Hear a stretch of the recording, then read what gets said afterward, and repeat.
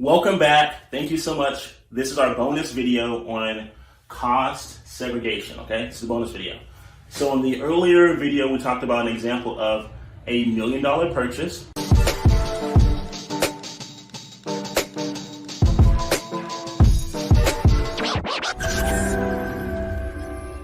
Right? That could be anything. Could be multifamily, could be industrial property, could be a warehouse, okay?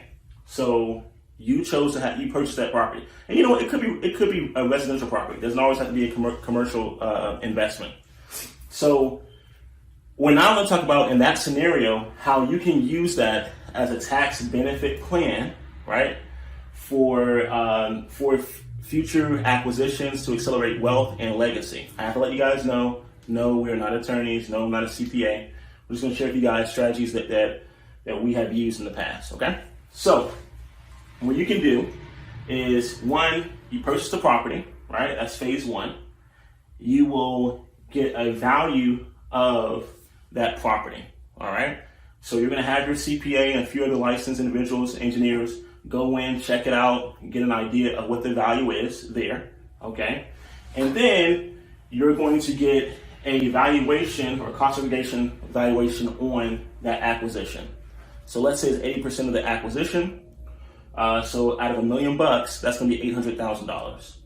The next thing that's going to happen is now you're going to go ahead and year two, you're going to renovate, or you're basically going to renovate that property. So this is under the assumption that you're purchasing a property that maybe needs some updates. And so in year two, you're able to make those updates.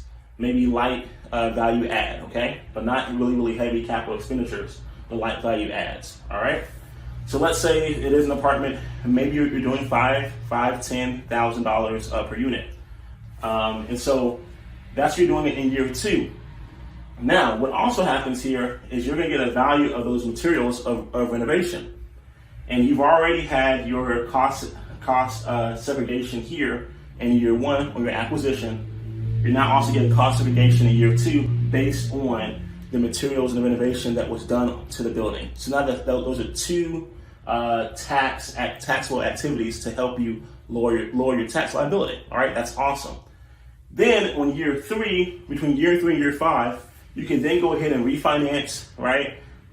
Take on new debt, pay off the old debt, maybe paying off some investors, et cetera, et cetera. Take out the old debt, gain some new debt, and now you still have the interest and the payments, all that good stuff. Anyone who's an investor knows that when you refinance, that money that you receive as a cash out option, you are not taxed for that money, okay? Once again, you are not taxed for that money. Whereas, if you were to sell a property, and let's say you're not doing a 1031 exchange, you are gonna pay capital gains tax. So now you're able to one, have benefit of the purchase.